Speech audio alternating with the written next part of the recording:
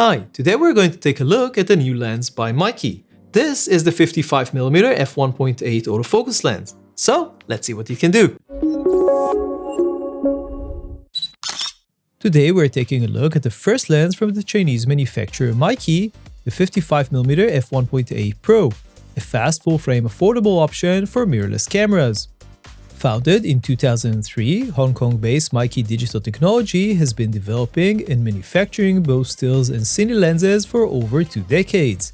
Recently, the company added new lines of APS-C and full-frame lenses with autofocus technology at some very affordable prices, and today we'll be looking at one of the company's Pro Series lenses. The lens is made from 8 elements in 11 groups, including 2 ED elements, 2 high refraction elements, and a single ultra-high refraction element. The lens feels like it is made from high-quality polymer, similar to the touch to the one that Sony uses on many of its lenses. The lens feels very light in the hand and it tips the scale at under 400 grams and is 9 centimeters long. The lens has 2 rings, a wide front focus ring and a narrow aperture ring. The focus ring has a nice feel to it with good tolerance. Our only minor complaint is that you can feel a little grind when you turn it. This is, however, not the only lens when we encountered this, so it's not special, it is just not perfectly smooth. The aperture ring moves with a nice and tactile audible clicks, and there is an auto mode. It also has some dotted texture for extra grip, which is very welcome. We would love to see locks as well as a declick switch in future models, even if this adds a little extra to the price. When it comes to buttons and switches, the lens has a single autofocus manual focus switch that makes a satisfying click. The lens does have a rear rubber gasket, but we have no official information regarding the dust and waterproof nature of the lens, so please be careful when working with it in the rain. The lens comes in both Sony E, Nikon Z and L mounts. It has a USB-C connection on the mount for updating firmware.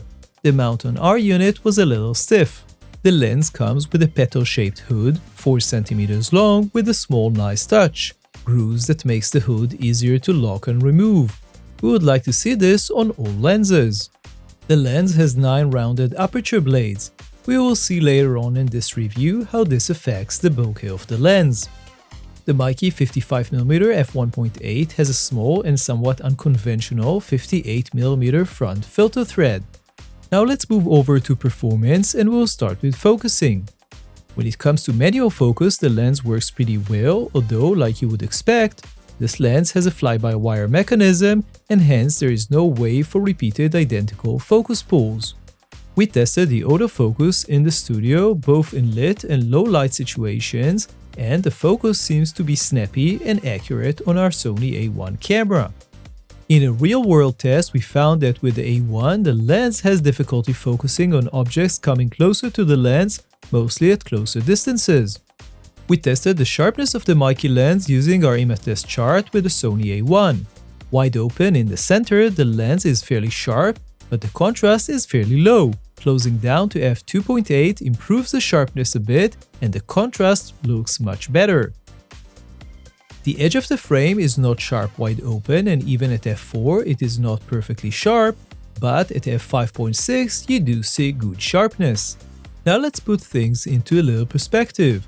We wanted to compare the lens to our old size 55mm f1.8 lens, a design that is still selling today for around $900. In the center, the Zeiss might have a tiny edge over the Meike in terms of contrast, but at f2.8 they are more or less the same. In the corners, both lenses are not sharp wide open, but at f2.8 the Meike is a hair sharper and even more so in the very corner at f4. We were not expecting this from such an affordable lens. The official close-up focus distance of the lens is 55 cm. We have measured 56 cm in our test, and in terms of sharpness, wide open in the center of the frame, we saw very good sharpness but low contrast that improves considerably when moving to f2.8. In the corners, you need to close down to between f2.8 and f4 for very good sharpness.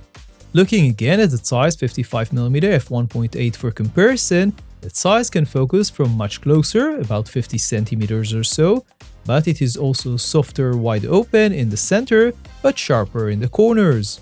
Looking at the breathing performance of the lens is where things really got interesting. In our test, the lens showed almost no breathing at all, just as if the lens used the camera's breathing compensation. If you compare this to the size, you can see just how much breathing that lens has. In our studio test, we have seen very minor longitudinal chromatic aberrations, if any, wide open. However, in some of our real-world shots, we did see some chromatic aberrations, especially against bright light sources on contrasting edges. When testing the flare of the lens wide open, we see a lot of green, purple, and yellow colors, even with the hood. We wanted to see how this compares to the size, and it seems to be fairly similar. We will be very careful with both lenses pointing directly at any bright light sources. Looking at the corner darkening wide open with the camera corrections turned off, you can see fairly minimal vignetting that is reduced even further by f2.8. Compared to the size that have very heavy vignetting wide open, the Meike is the clear winner of this test.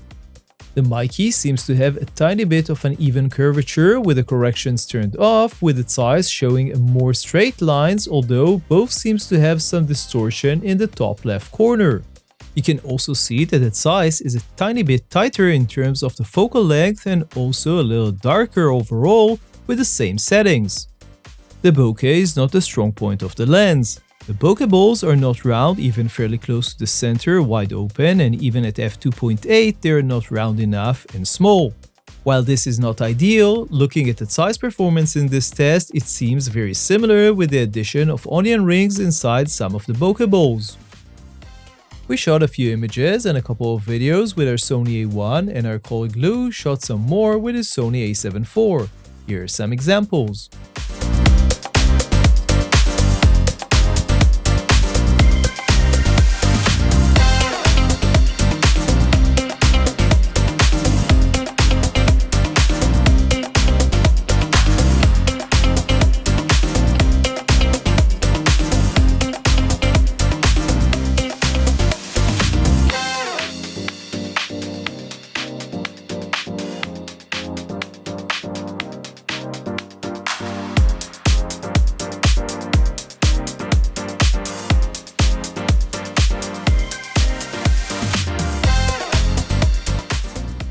So let's conclude. We were pleasantly surprised by the Meike 55mm f1.8 Pro lens. The lens performed almost identically and in some respects better compared to a much higher priced lens in the category, with good sharpness, no breathing, very little chromatic aberrations, and good general build quality. The lens was not perfect, of course. Our unit's mount was a little too tight on the camera, flaring can be an issue, especially against bright light sources, and the bokeh balls are also very small wide open, although this was also an issue on its size 55mm f1.8. All in all, for the money, this lens is a steal, especially if you're looking for an inexpensive, lightweight, and fairly well-rounded normal focal length lens. Talking about pricing, the lens is extremely affordable at only $280 on Amazon. So that was our look at the Meike 55mm f1.8 autofocus lens. You can check out the full review with all of our test results on lensvid.com. Don't forget to subscribe to our YouTube channel. See you in the next video.